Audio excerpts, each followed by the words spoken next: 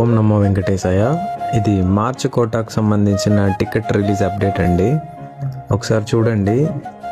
అర్జిత సేవ టికెట్లు, electronic dip రిజిస్ట్రేషన్లు, తర్వాత కళ్యాణోత్సవం టికెట్లు, తర్వాత ఉంజల్ సేవ, సహస్ర దీపాలంకరణ సేవ, ఇవన్నీ డేట్స్ రిలీజ్ చేశారండి. ఒకసారి క్లియర్గా డేట్స్ చూడండి.